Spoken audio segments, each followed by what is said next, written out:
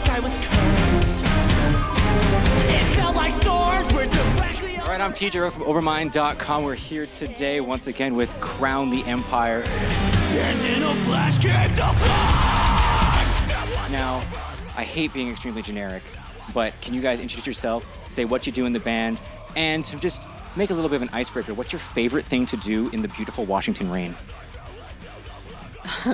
Hey, I'm Andrew. I sing, and getting out of the rain is what I like to do in the rain. I'm Brent. I play drums, and I don't sing in the rain. I play drums. I'm Dave, and I sing, and today I ate in the rain. Yeah, we did. We did eat in the rain. Yeah.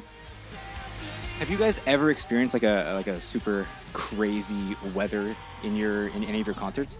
A couple days ago, we were in New Mexico, and there was a sandstorm during our set, and it was insane to see this cloud of like brown and black just destroyed our stage, and the inflatable part above the monster stage collapsed, and we couldn't play our set.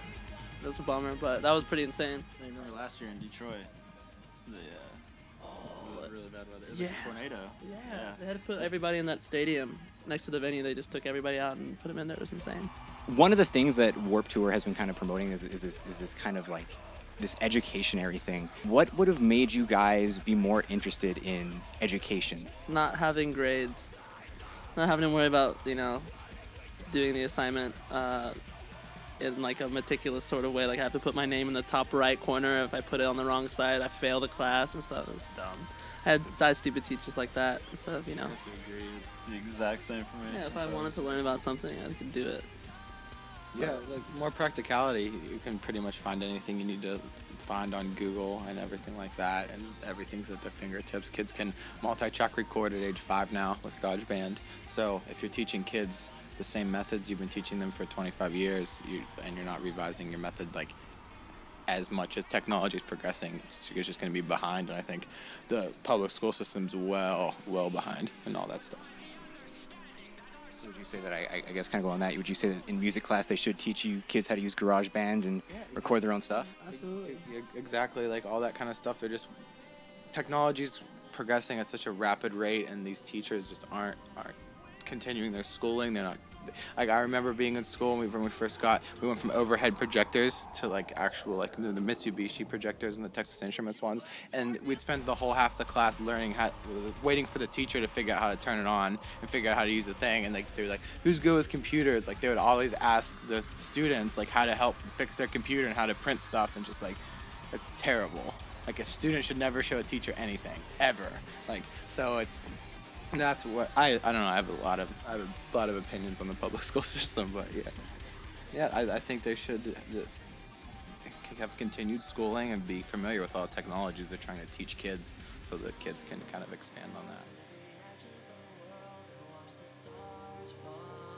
So, kind of going from there, if Crown the Empire could teach any course they wanted to, what would you guys be teaching? We do. We do actually teach a course every day. We're doing a band happy class. It's an hour-long class, and we talk about social media marketing and the importance of doing that in a band, and how to put yourself out there using the internet. So, kind of like the same thing. We were just showing how the new school bands are to promote themselves. Like years before, it was press kits. Years before that, it was sending around demo tapes, and the landscape always changes, and we're kind of talking about how to stay on the cutting edge and all the trends with social media promotion and band promotion in general. So kind of having going to that, you've been talking a lot about, I guess, you guys are kind of trying to help these upcoming artists, and so kind of one thing that I like to do is try to, give them any support we possibly can. So if you guys could give one piece of advice to upcoming musicians, what would you guys give? Of advice. Your secret sauce.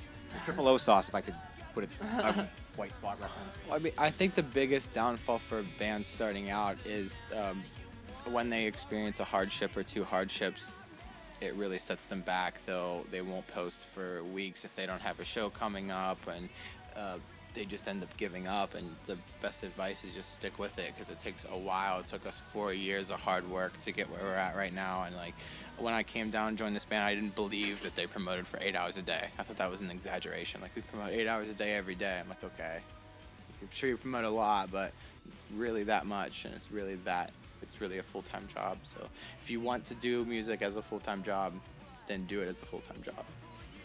A lot of also of these indie bands or independent and smaller bands playing on Warped Tour. If you guys could give your fans one band recommendation to go see for sure at Warped Tour, who would your kind of smaller band recommendation be?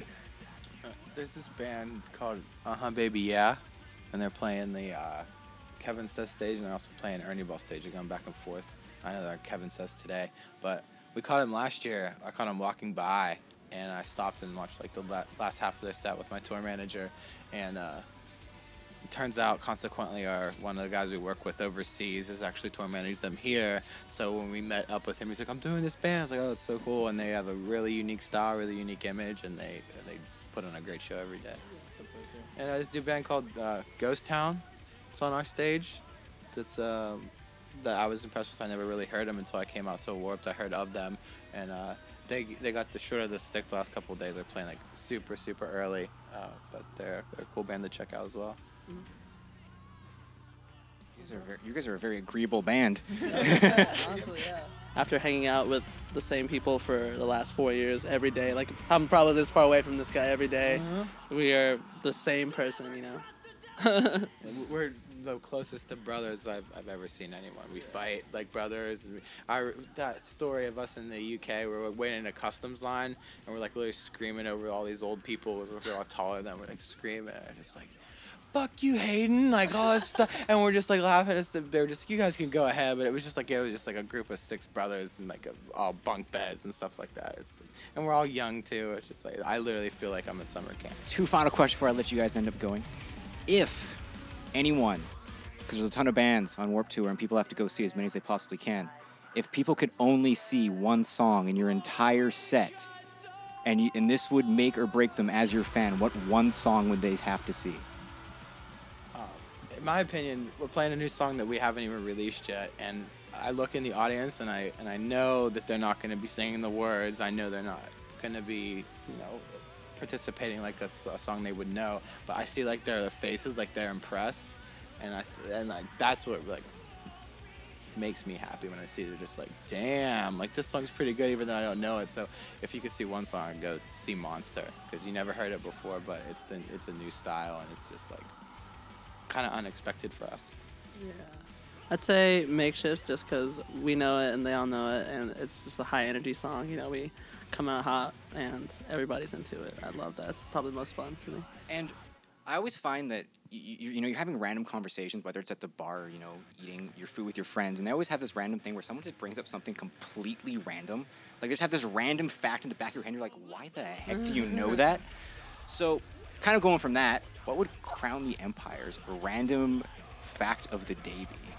Ant Raft started saying there's these ants in the jungle that actually hold on to one another and float on top of water to travel from one place like up and downstream, and it's terrifying. They're like a pancake of ants, and they like push it down and it doesn't sink. They can do that. I had no idea. That's terrifying. So Yeah, ants are pretty impressive. They've been the one species that lasted the most extinctions. They've killed it. Don't go away. Just hang out. Exactly Just the same. adapt.